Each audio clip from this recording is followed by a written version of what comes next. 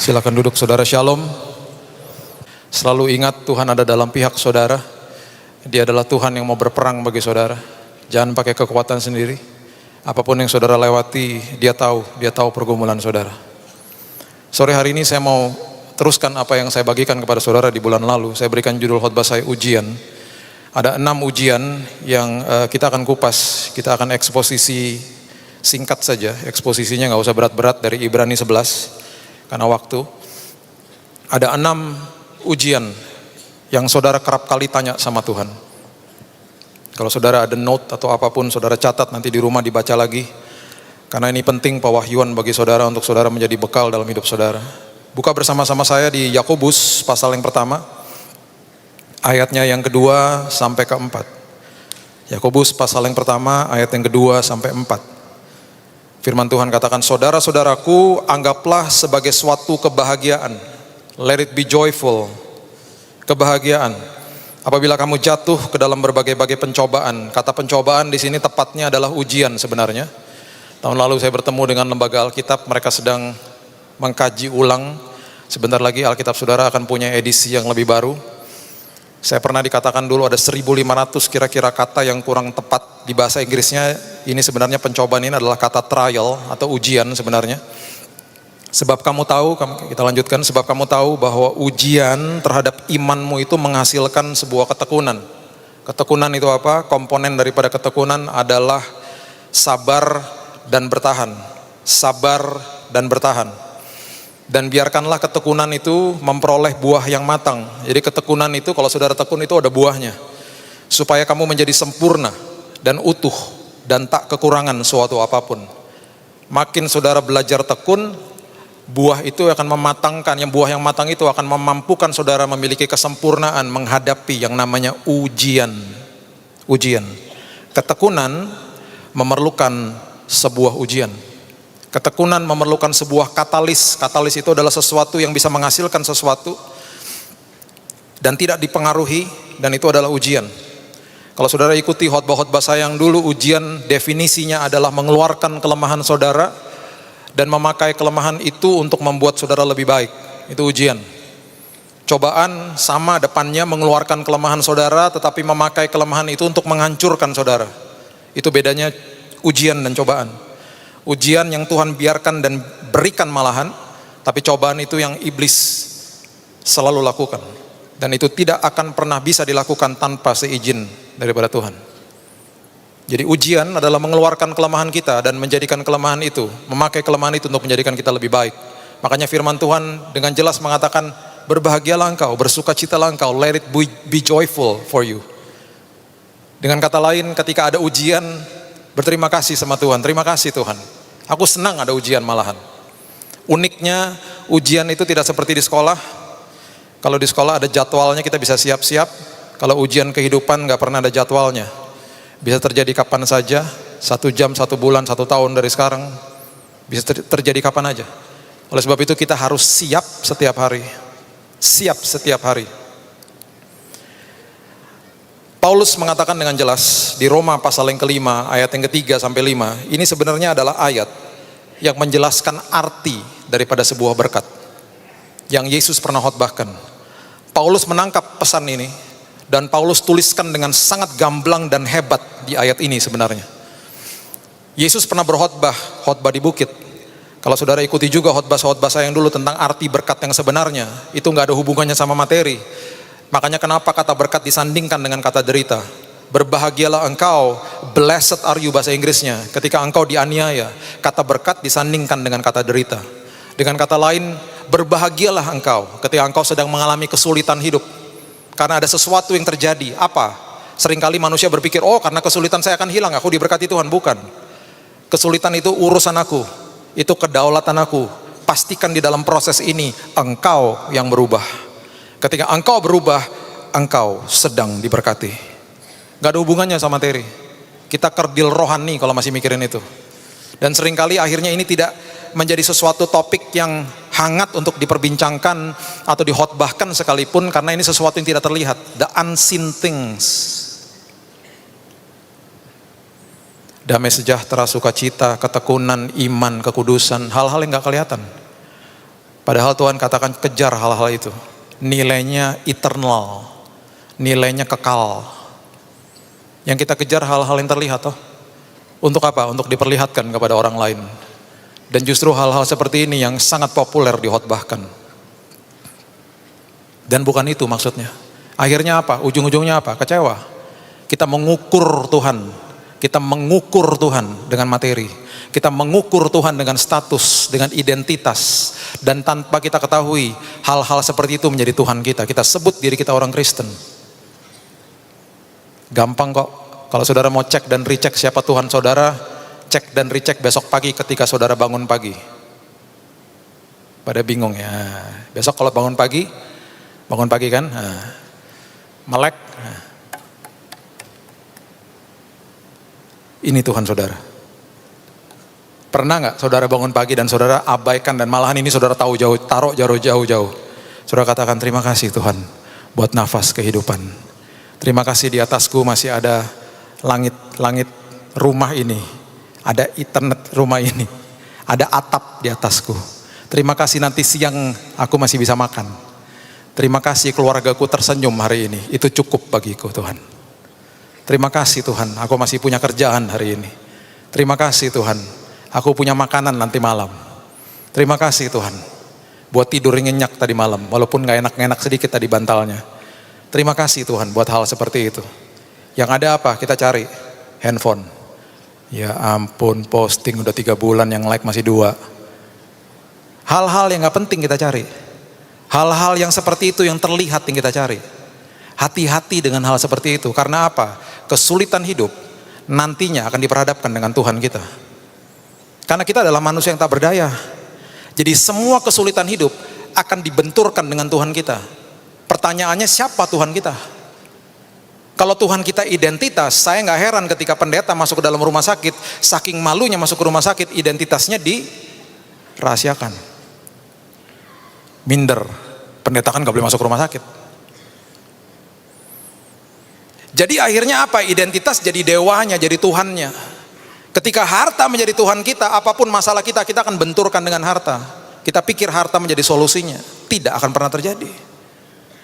Tapi ketika Tuhan menjadi Tuhan atas hidup saudara, apapun masalah saudara tinggal tidur nyenyak malam hari. Kau akan bicara dengan apapun yang terjadi. Saya bicara sama kanker saya, nanti malam kau bicara sama papaku. Ayahku adalah ayah yang tak terbatas, aku mau tidur nyenyak. Dari hari pertama sampai terakhir, saya tidak pernah gak tidur, selalu tidur. Karena apa? Karena tahu siapa Tuhan saya. Hati-hati dengan hal-hal yang terjadi di sekitar kita. Makanya Yesus dengan sangat gamblang, dengan luar biasa. Kemudian diteruskan oleh Paulus, dia katakan berbahagialah engkau ketika engkau sedang dianiaya. Karena harus kau pastikan bahwa engkau yang berubah. That is the meaning of blessing. Artinya makarios, berbahagia aku.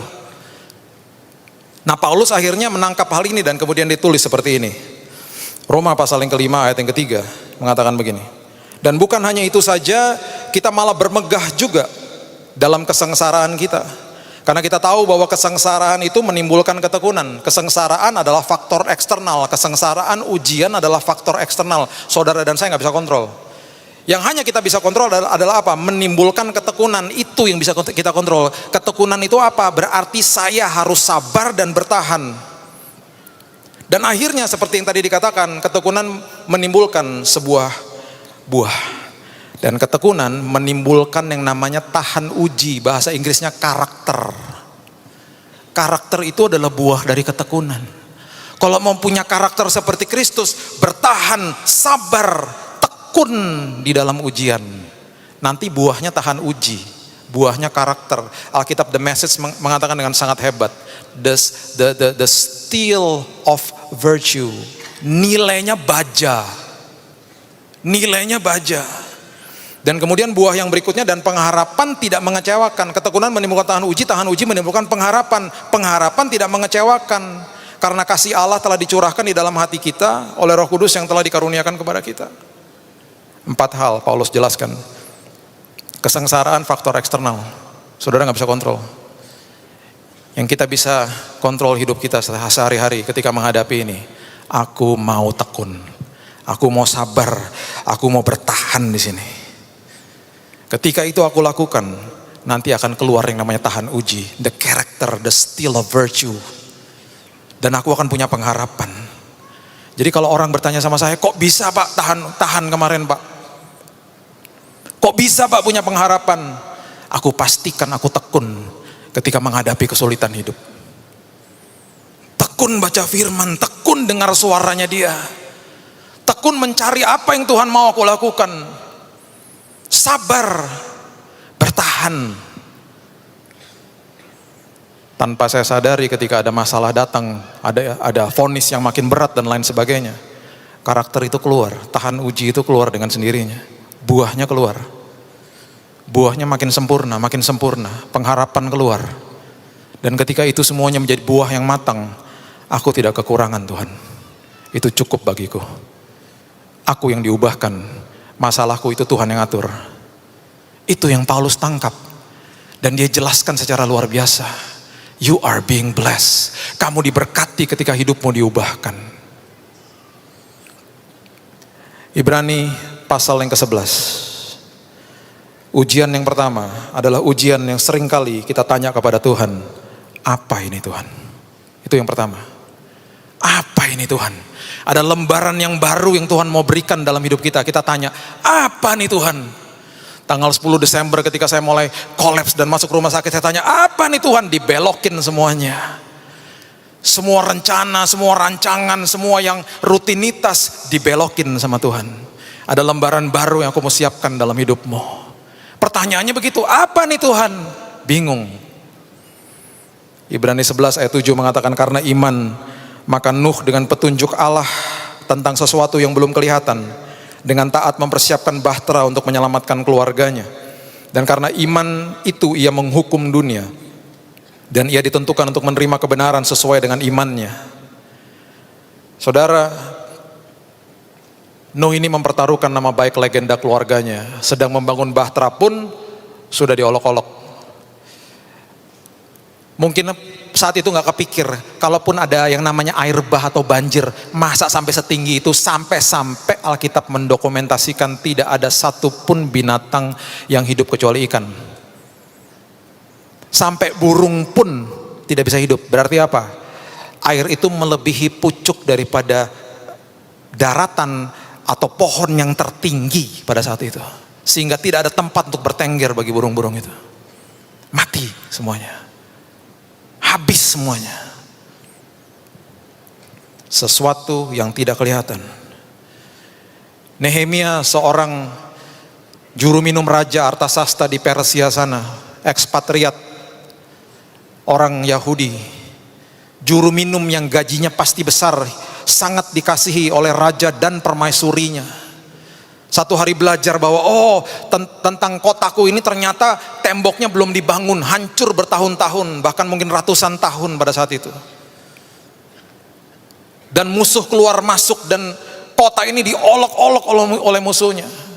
Ada beban Tuhan yang Tuhan panggil dalam hidupnya. Tapi apa ketika sampai dia harus pulang, berarti kan alih profesi. Dari juru minum jadi teknik sipil, harus bangun tembok. Tapi itu yang Tuhan mau. Kerap kali Tuhan memindahkan saudara dari zona nyaman, masuk ke dalam zona kekuatan, melewati ujian-ujian seperti ini. Dan saudara tanya, apa ini Tuhan? What is this?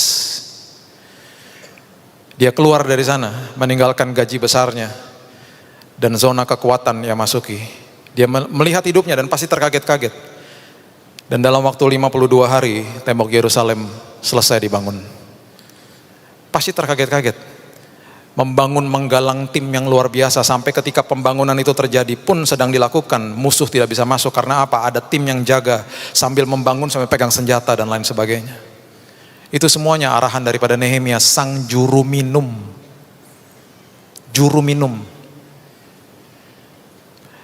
Pertanyaan saya kepada Tuhan, apalagi Tuhan yang Tuhan mau aku lakukan?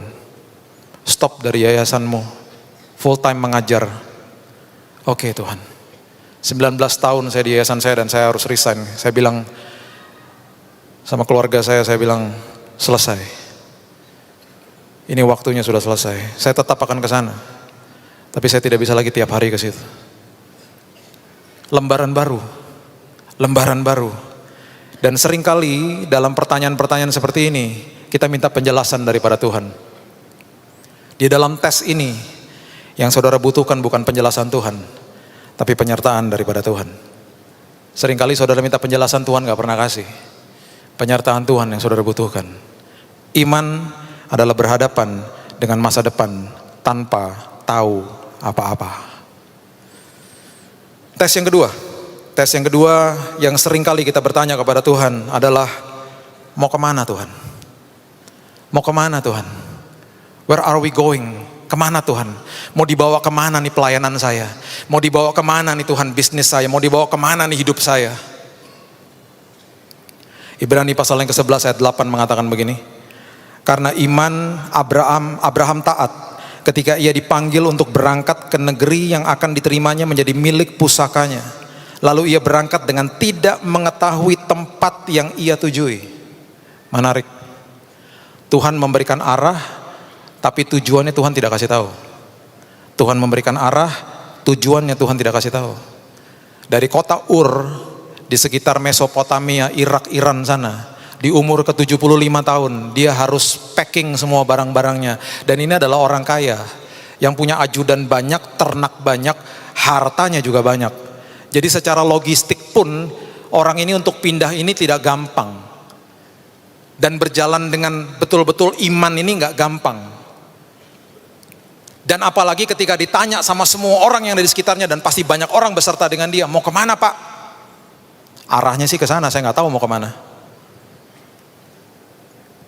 Saudara, akan banyak pintu yang tertutup bagi saudara dalam perjalanan hidup ini. Dan ketika banyak pintu tertutup, berterima kasihlah kepada Tuhan, karena itulah sekolah kehidupan. Akan lebih banyak pintu yang tertutup daripada pintu yang terbuka, karena Tuhan mau saudara belajar. Nanti ada pintu tertutup karena saudara dikecewakan sama orang. Ada pintu tertutup karena saudara ditipu sama orang. Ada pintu tertutup karena saudara dikecewakan sama orang terdekat saudara. Ada pintu-pintu yang tertutup, kesempatan-kesempatan yang tertutup, karena Tuhan tahu di balik itu semuanya ada bahaya bagi saudara. Tapi kenapa Tuhan biarkan sampai saudara mentok di pintu itu? Karena Tuhan mau saudara belajar. Belajar ngampuni, belajar menangani kekecewaan, belajar untuk betul-betul tidak punya kepahitan dalam hidup ini. Belajar dan belajar dan belajar, dan nanti ketika saudara siap setelah pembelajaran itu, ada 1-2 pintu yang terbuka. Dan itu breakthrough, dan itu terobosan. Dan ketika saudara buka, saudara melihat hal-hal yang saudara tidak pernah pikirkan sebelumnya. Kok bisa Tuhan saya dapat ini? Tapi di saat itu saudara sudah siap. Karena apa? Tekun. Di semua perjalanan saudara tekun, bertahan, sabar. Karakternya dibentuk, tahan ujinya dibentuk, pengharapannya dibentuk sama Tuhan. Di saat itu nanti pintu-pintu baru dibukakan sama Tuhan. Cuman perlu 1 pintu kok bagi Tuhan untuk membukakan, untuk saudara menikmati perkara yang besar dalam hidup ini. Tapi jangan kaget kalau banyak pintu yang tertutup. It's okay. Itulah Tuhan kita. Dia mau kita belajar. Dibutuhkan arah. Dan oleh sebab itu makanya kapal itu bisa diarahkan dengan setirnya kalau kapal itu bergerak. Baru bisa dibuat ke kanan atau ke kiri. Kalau enggak ya diam aja. Setirnya kita belok-belokin, kapalnya diam aja, statis. Tapi ketika kapal itu mulai bergerak, diarahkan ke kanan ke kiri, dia akan ikut. Bergeraklah bersama-sama dengan Tuhan. Makanya Tuhan kasih tahu, itu arahnya ke sana, udah jalan aja. Di dalam tes seperti ini, yang dibutuhkan bukan penjelasan Tuhan, tapi pimpinan Tuhan. Pimpinan Tuhan. Iman adalah mengikuti pimpinan Tuhan tanpa tahu mau kemana. Itu tes yang kedua. Di dalam tes-tes ini ada saudara yang mungkin sudah pernah lewati, ada yang sedang lewati, dan akan ada yang saudara lewati dalam hidup ini. Dan ini pasti terjadi. Dan Tuhan mau dengan satu hal, supaya karakter saudara dibentuk oleh Tuhan. Ujian yang ketiga ini yang sering kita tanya sama Tuhan, kapan Tuhan? Bicara soal kairosnya Tuhan, bicara soal waktunya Tuhan, kapan Tuhan? Dan yang paling nyebelin adalah ketika orang nanya-nanya sama kita, kapan? Kapan kerja, kapan kawin, kapan punya anak, udah punya anak 1, kapan punya anak 2, kapan punya anak 3. Oh, itu pertanyaan yang sering dilontarkan. Dan kita juga tanya sama Tuhan, kapan Tuhan? Ibrani 11 ayat 9 dan 10 mengatakan begini. Karena iman ia diam di tanah yang dijanjikan itu, seolah-olah di suatu tanah asing, dan di situ ia tinggal di kemah dengan Ishak dan Yakub yang turut menjadi ahli waris janji yang satu itu. Akhirnya dia tiba di tujuannya, tapi masih nggak tahu mau ke kota mana. Akhirnya mereka berkemah di situ bertahun-tahun, sebab ia menanti-nantikan kota yang mempunyai dasar yang direncanakan dan dibangun oleh Allah. Udah sampai di situ, kemudian nanya Tuhan, kapan Tuhan? Kapan? Katanya janjinya ada di sekitar sini. Kapan? The when test, kapan Tuhan? Ketika bicara soal kapan, itu bicara soal kairos atau waktunya Tuhan. Di dalam waktunya Tuhan selalu ada jejaring dan ada kesempatan yang Tuhan akan berikan dalam jalur perjalanan hidup saudara. Saya ulangi, di dalam kairosnya Tuhan selalu ada jejaring orang-orang yang tepat dan ada kesempatan yang Tuhan berikan dalam hidup saudara. Dan itu terjadi di dalam kairosnya Tuhan. Makanya saya selalu katakan tidak ada yang kebetulan di dalam Tuhan. Kuncinya apa? Kunci yang sangat luar biasa yang akhirnya terjadi sama satu tokoh yang luar biasa di Alkitab yang bernama Maria. Duduk di kaki Tuhan dan terus mau dengar suaranya Tuhan. Sampai-sampai Yesus mengatakan bahwa hanya satu saja yang perlu, berarti nggak ada duanya. Kalimat berikutnya Yesus katakan, Maria memilih bagian yang terbaik, berarti nggak ada lagi yang lebih terbaik daripada itu. Yang tidak akan bisa diambil daripadanya, itu yang ketiga Tuhan katakan. Hanya satu saja yang perlu, tidak ada yang lebih baik daripada ini, dan ini tidak bisa diambil daripadanya. Apa? Duduk di kakiku dan dengar instruksiku. Akhirnya apa yang terjadi? Maria adalah satu-satunya wanita Yahudi yang memiliki kesempatan untuk melumuri tubuh Yesus dengan rempah-rempah. Makanya waktu Yesus katakan, biarkan dia melumuri kakiku dengan minyak narwastu ini untuk mengingat hari penguburanku. Maria pasti nggak sadar dan dia pasti bingung. Orang-orang di sekitarnya dengarnya juga pasti, maksudnya apa itu? Rupanya beberapa hari setelah itu Yesus naik ke kayu salib, mati di kayu salib, dan minyak narwastu yang dilumuri oleh Maria itu ada di kaki Yesus, dan itu satu-satunya wangi-wangian yang ada di tubuh Yesus sampai dia dikuburkan. Dan kalau saudara ingat, ada wanita-wanita yang cepat-cepat datang ke kubur Yesus, mau melumuri tubuh Yesus dengan rempah-rempah, dan tidak menemukan jenazahnya di sana karena Yesus sudah bangkit. Alkitab hanya mendokumentasikan mereka, tapi pasti banyak wanita-wanita yang lain yang mau datang ke sana dan melumuri tubuh Yesus dengan rempah-rempah dan wangi-wangian. Ada yang dapat kesempatan? Tidak ada, kecuali Maria. Orang yang duduk di kaki Tuhan akan menerima kairosnya Tuhan, akan menerima waktunya Tuhan.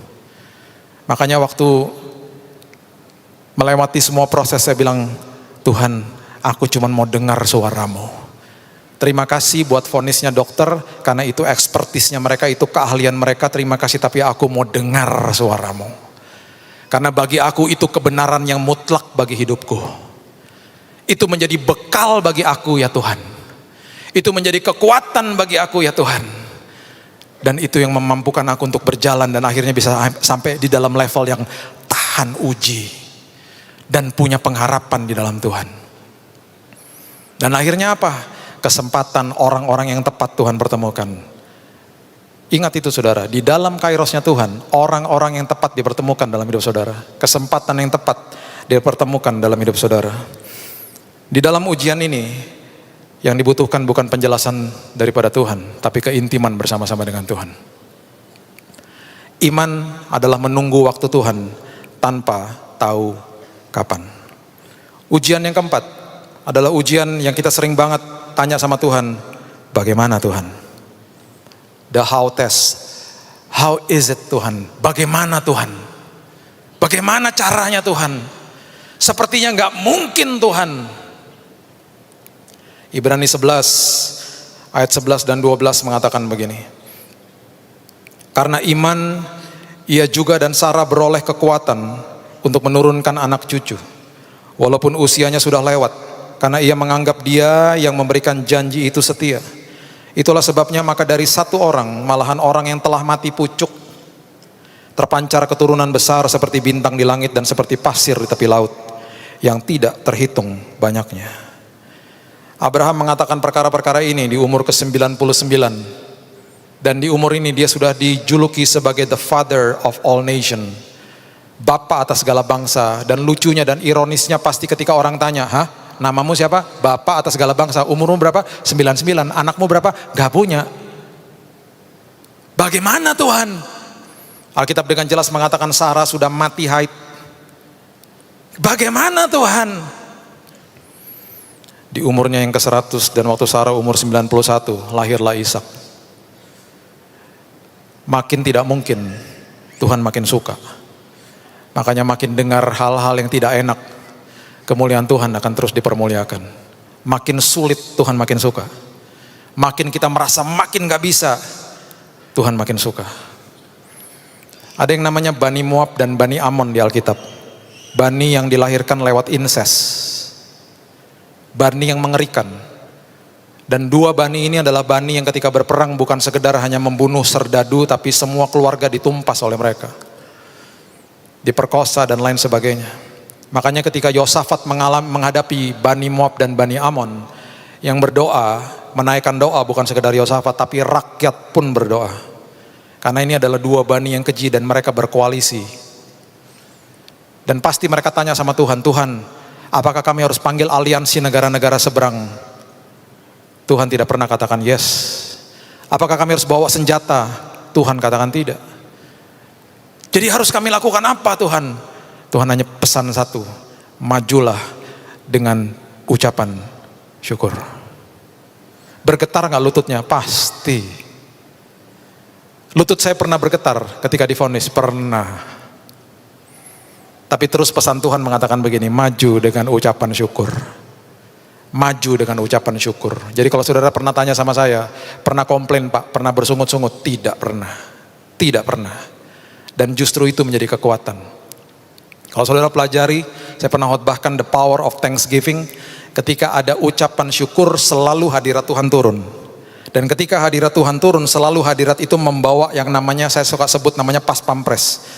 Malaikat yang paling dekat dengan hadirat Tuhan, yang selalu menjaga hadirat Tuhan. Bukan Michael, namanya kerub. Dan kerub ini adalah malaikat yang punya 4 sisi mukanya, berderu-deru kalau berjalan dan ada bara api di badannya. Mereka yang menjaga hadirat Tuhan. Makanya ketika manusia diusir dari taman, pada awalnya yang menjaga taman itu adalah malaikat kerub.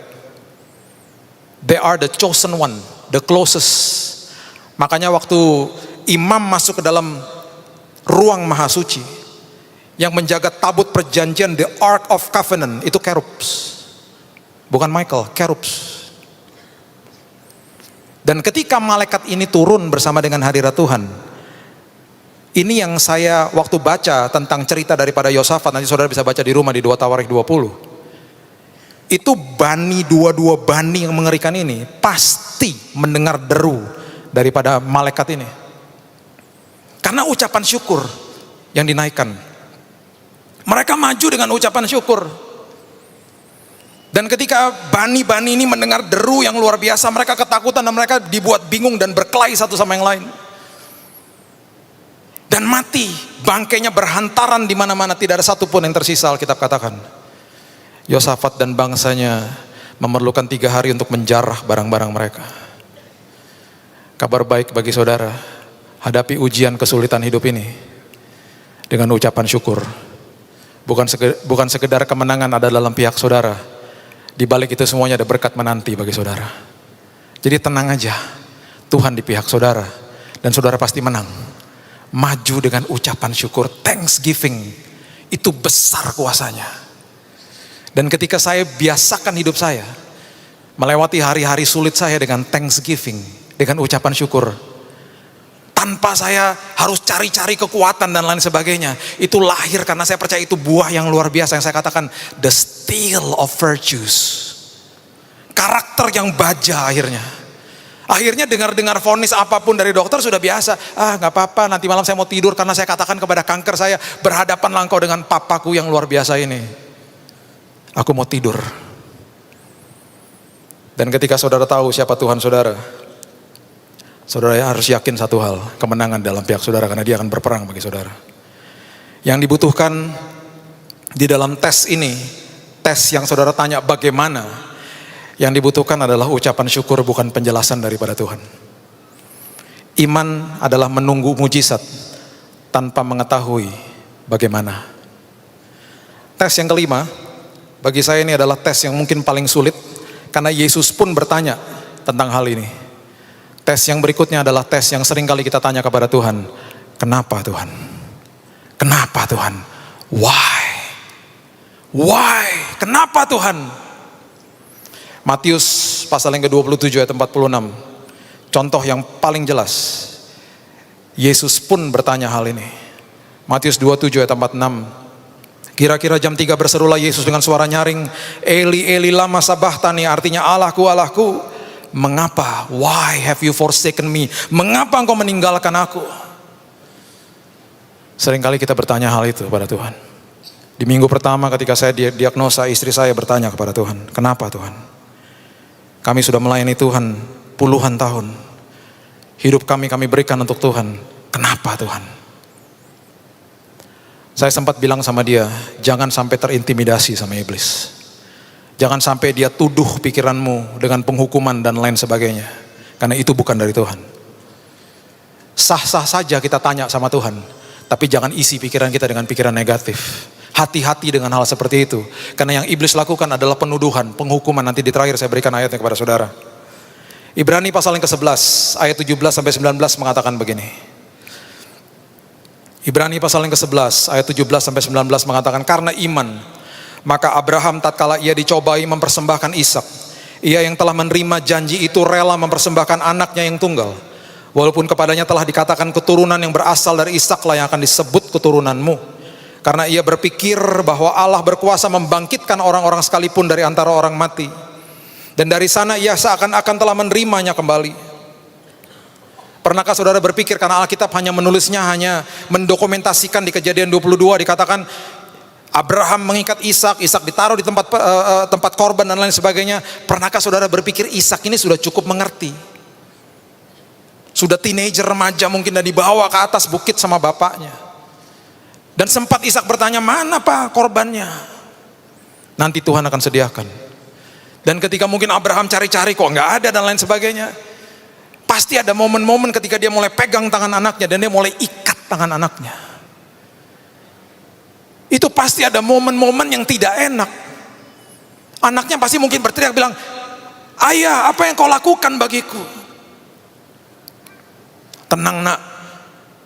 Kita nggak tahu dia bilang apa. Tenang nak, nanti kalaupun kamu mati, nanti kamu akan dihidupkan kembali dan lain sebagainya, dengan tangisan mungkin. Anaknya mungkin bingung lihat papanya begitu. Dan anaknya sudah mendengar mungkin bahwa dia adalah satu-satunya yang akan melahirkan bangsa yang besar. Dan ini kan nggak selesai begitu aja. Waktu setelah betul-betul Tuhan bicara lewat malaikatnya dan akhirnya ada korban yang disediakan. Waktu anak ini dilepaskan dan turun dari bukit, menemui kedua bujangnya dan kembali kepada ibunya, apa nggak ngadu itu anak sama ibunya? Itu ayah tadi mau mengorbankan aku, apa nggak ribut itu suami istri? Kamu tuh nggak mikir ya? Aku nih udah umur 91 punya anak, mau kamu korbankan, mau kamu matiin ya anak. Ini kan cerita behind the scene yang kita nggak pernah mengerti mungkin. Nggak semudah itu proses itu. Why Lord? Kenapa Tuhan? Kenapa Tuhan? Di dalam hal-hal seperti ini yang dibutuhkan adalah hadirat Tuhan, bukan penjelasan Tuhan. Iman adalah percaya akan rencana Tuhan tanpa mengetahui kenapa. Dan tes yang terakhir adalah tes yang sering kali kita bertanya kepada Tuhan, berapa lama Tuhan? Berapa lama aku harus sakit seperti ini? Berapa lama Tuhan aku harus mengalami ini? Berapa lama aku harus tinggal di dalam pernikahan ini Tuhan?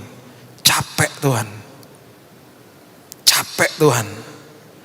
Ibrani 11 ayat 24 sampai 27 mengatakan begini. Karena iman maka Musa setelah dewasa menolak disebut anak putri Firaun. Karena ia lebih suka menderita sengsara dengan umat Allah daripada untuk sementara menikmati kesenangan dari dosa.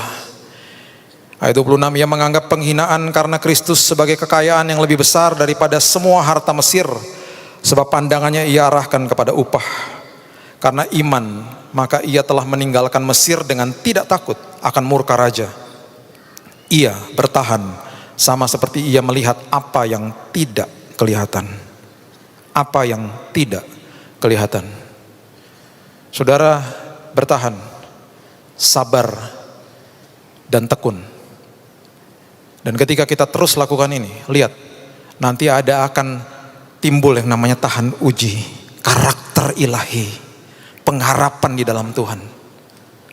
Berapa lama Tuhan? Berapa lama Tuhan? Yang dibutuhkan ketika ini terjadi bukan penjelasan dari Tuhan, tapi janji Tuhan. Ada 7.000 lebih janji Tuhan di dalam firman Tuhan. Saya nggak katakan saudara nggak boleh diminta doa sama hamba-hamba Tuhan. Jangan kultuskan hamba Tuhan. Janji Tuhan sudah tertulis di situ. Banyak orang tanya sama saya, gimana Pak? Gimana Pak? Jelaskan sama saya Pak, masalah saya Pak. Kalau Tuhan nggak jelasin sama kamu, apalagi saya. Tapi yang saya bisa bilang sama kamu dan katakan kepadamu, itu semua janji ada 7.000 lebih, itu sudah tertulis di situ. Kutip aja, perkatakan firman setiap hari, beres kamu. Firman itu hidup kok. Firman yang tertulis itu bukan hanya buat saya, buat saudara dan semua kita.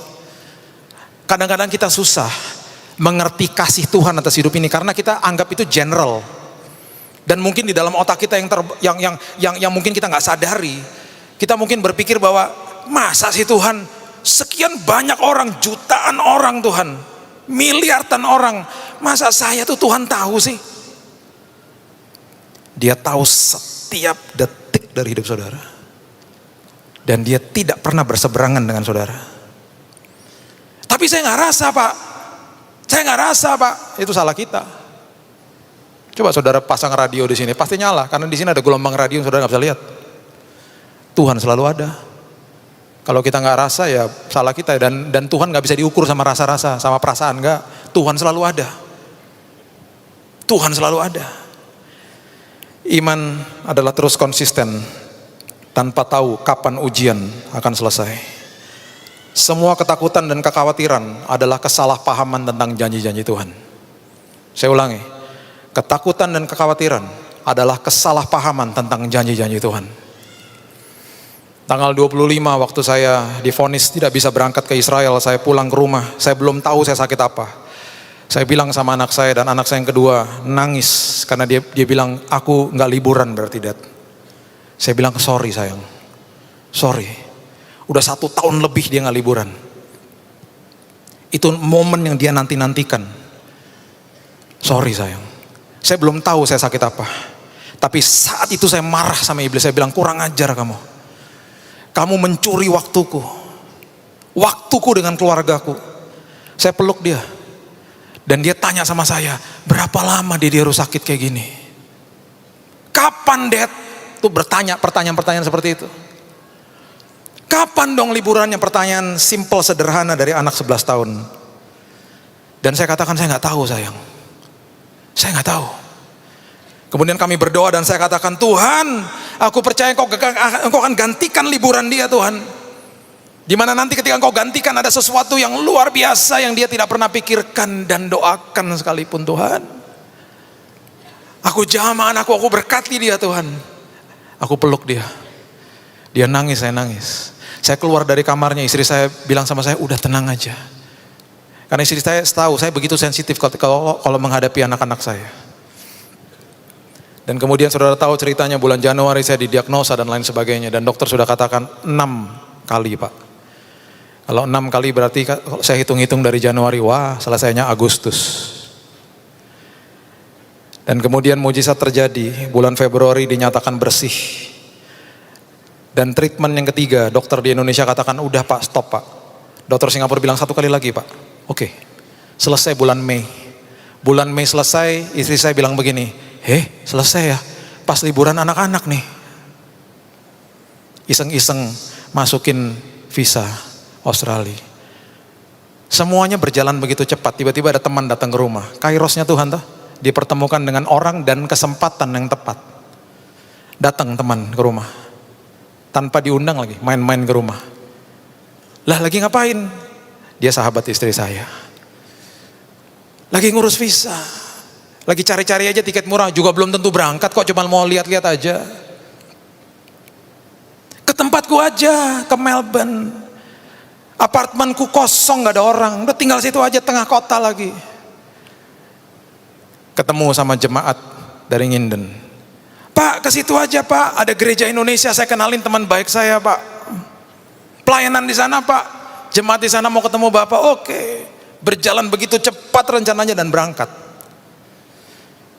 Ketemu beberapa jemaat Betani juga sempat di sana. Di akhir perjalanan yang punya tempat datang. Dia bilang udah hari terakhir, yuk main ski yuk. Anak saya yang paling kecil nih gak pernah main ski, dia ajak ke gunung. Ski amatiran, jatuh-jatuh terus. Dia gulung-gulung di salju. Saya bilang gini, kamu ingat gak tanggal 25 Desember lalu kita doa di kamarmu? Dia liatin saya begini, iya. Kamu ingat? Iya. Kamu lagi alami sekarang, Tuhan lagi gantikan liburanmu. Kamu tahu kalau sampai Dedi kemarin 5 kali aja treatmentnya, lewat nih liburan kamu lagi. Kok bisa Tuhan stop di bulan Mei? Tuhan tahu yang terbaik bagi kamu. Di dalam kairosnya Tuhan, di dalam waktunya Tuhan, kesempatan jejaring yang tepat Tuhan siapkan bagi saudara. Dan di balik itu semuanya ada berkat menanti bagi saudara. Sah-sah saja menanya tentang tes-tes ini. Sah-sah saja saudara tanya apa, kemana, kapan, bagaimana, kenapa dan berapa lama Tuhan. Sah-sah saja. Tapi stop minta penjelasan dari Tuhan. Sebaliknya pastikan saudara intim sama Dia. Pastikan minta pimpinannya, pastikan minta arahan daripada Dia, pastikan saudara ucap syukur, pastikan memegang janji-janji Tuhan. Dan lihat ada perkara besar Tuhan akan siapkan bagi saudara. Ayat terakhir saya berikan kepada saudara, ini preview buat nanti. Saya akan ajarkan saudara lebih dalam lagi. Roma pasal yang ke-8 ayat yang pertama mengatakan begini. Roma pasal yang ke-8 ayat pertama, demikianlah sekarang tidak ada penghukuman bagi mereka yang ada di dalam Kristus Yesus. Bahasa Inggrisnya adalah condemnation atau penuduhan. Stres itu adalah level yang paling akut. Akarnya itu adalah penghukuman atau yang saya sebut penuduhan, dituduh sama iblis. Dan dia tuduh saudara atas apapun dosa yang pernah saudara lakukan. Dan dia mulai katakan kepada saudara, saudara tidak layak, saudara tidak akan sembuh, saudara akan terus mengalami hal seperti ini, engkau akan mandek seperti begini, engkau tidak layak dan lain sebagainya. Itu penuduhan yang dia berikan dan lontarkan di dalam pikiran saudara. Itu initial stage, awalnya. Makanya di Roma dikatakan there is no condemnation, hati-hati dengan hal ini. Tidak ada penghukuman di dalam Tuhan. Paulus jelaskan seperti ini, karena apa? Kalau saudara percaya sama condemnation, penghukuman dan penuduhan ini, mulai naik level yang berikutnya adalah apa? Khawatir, anxiety. Tanpa kita sadari kemudian ketika melewati masalah-masalah hidup, kesulitan hidup, naik lagi level yang paling yang ada di atasnya apa? Takut, fear. Dan akhirnya menjadi level yang paling akut, stres. Di apapun masalah hidup saudara, apapun ujian kehidupan yang saudara lewati, perkatakan there is no condemnation, there is no anxiety, there is no fear. Tidak ada ketakutan, tidak ada kekhawatiran, tidak ada penghukuman, penuduhan dalam hidupku. Tidak stres. Aku perkatakan damai sejahtera Tuhan, aku perkatakan sukacita melebihi akal budi yang melingkupi pikiran dan hidupku. Perkatakan itu dalam hidup saudara. Tuhan tidak pernah berseberangan dengan saudara. Tuhan tidak memberikan penyakit. Tuhan tidak menghukum saudara. Karena apa? It is finished, sudah selesai. Kasih karunia cukup bagi saudara. Sudah selesai. Saudara pergi ke ilmu psikolog atau psikiatris yang paling hebat pun, dasarnya apa? Paling akar-akarnya nggak pernah disebut condemnation. Hanya Alkitab yang menjelaskan itu. Ilmu psikolog ujungnya dasarnya menjelaskan hanya apa? Khawatir. Jangan khawatir ya, nanti kalau khawatir nanti akan jadi takut jadi stres, nanti sakit. Hanya Alkitab yang membahas akar yang terdalam, condemnation. Makanya self talk itu bahaya. Orang yang paling banyak bicara dengan diri saudara adalah saudara sendiri, diri kita sendiri. Dan kalau kita tidak memegang kebenaran, 80% yang kita bicara sama diri kita sendiri isinya sampah, isinya kebohongan, isinya penuduhan iblis. Isinya kamu tidak layak, kamu dosa, ini gara-gara kamu dosa kamu jadi begini dan lain sebagainya. Tuhan sudah menyediakan kemenangan bagi saudara. Tuhan ada di pihak saudara dan Tuhan mengasihi saudara. Setiap dari saudara dia tahu pergumulanmu. Lewati ujian ini dan ini adalah kuncinya. Baca ulang dan saya percaya kemenangan ada dalam pihak saudara. Berikan tepuk tangan kita untuk Tuhan kita yang luar biasa. Terima kasih Tuhan. Shalom, saudara yang dikasihi Tuhan.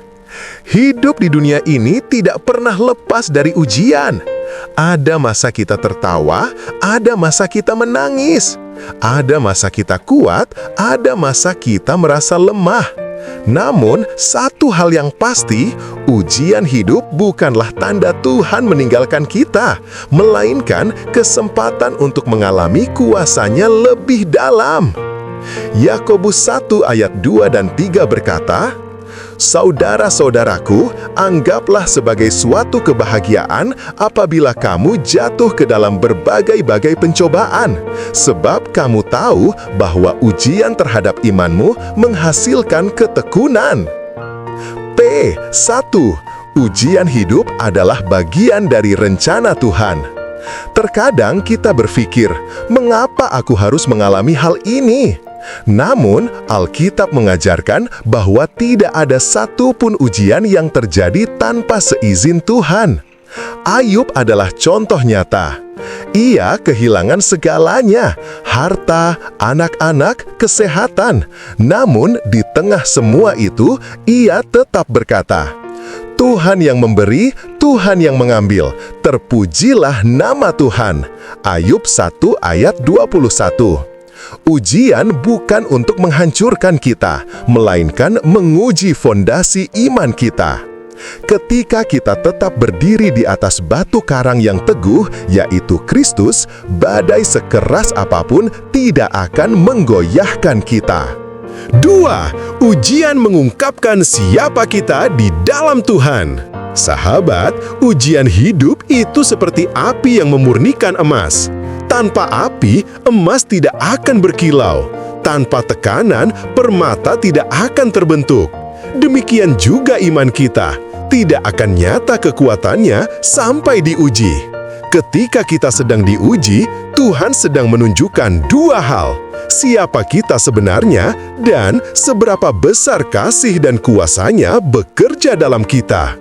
Daud tidak akan dikenal sebagai pemenang jika tidak ada Goliat. Daniel tidak akan dikenal sebagai orang beriman jika tidak ada goa singa.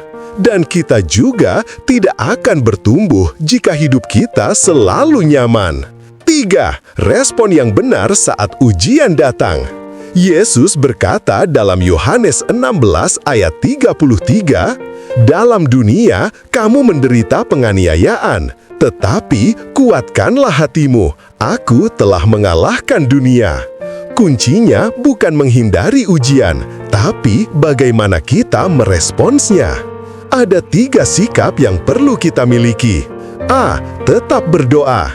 Doa adalah napas iman. Saat kita tidak tahu harus berbuat apa, berdoalah. Doa tidak selalu mengubah keadaan, tapi doa selalu mengubah hati kita untuk melihat keadaan dari sudut pandang Tuhan. B. Tetap percaya. Iblis ingin kita menyerah, namun Tuhan ingin kita belajar percaya. Iman bukan berarti kita selalu mengerti, tapi berarti kita selalu bergantung. C. Tetap bersyukur. 1 Tesalonika 5 ayat 18 berkata, "Mengucap syukurlah dalam segala hal." Bersyukur bukan karena situasinya baik, tapi karena Tuhan kita tetap baik. 4. Ujian membawa kita pada kemenangan yang lebih besar. Setelah melewati ujian, selalu ada kemuliaan. Ayub yang dulu menderita, akhirnya dipulihkan 2 kali lipat. Yusuf yang dulu dijual sebagai budak, akhirnya duduk sebagai penguasa di Mesir. Yesus yang disalibkan, akhirnya bangkit dan dimuliakan.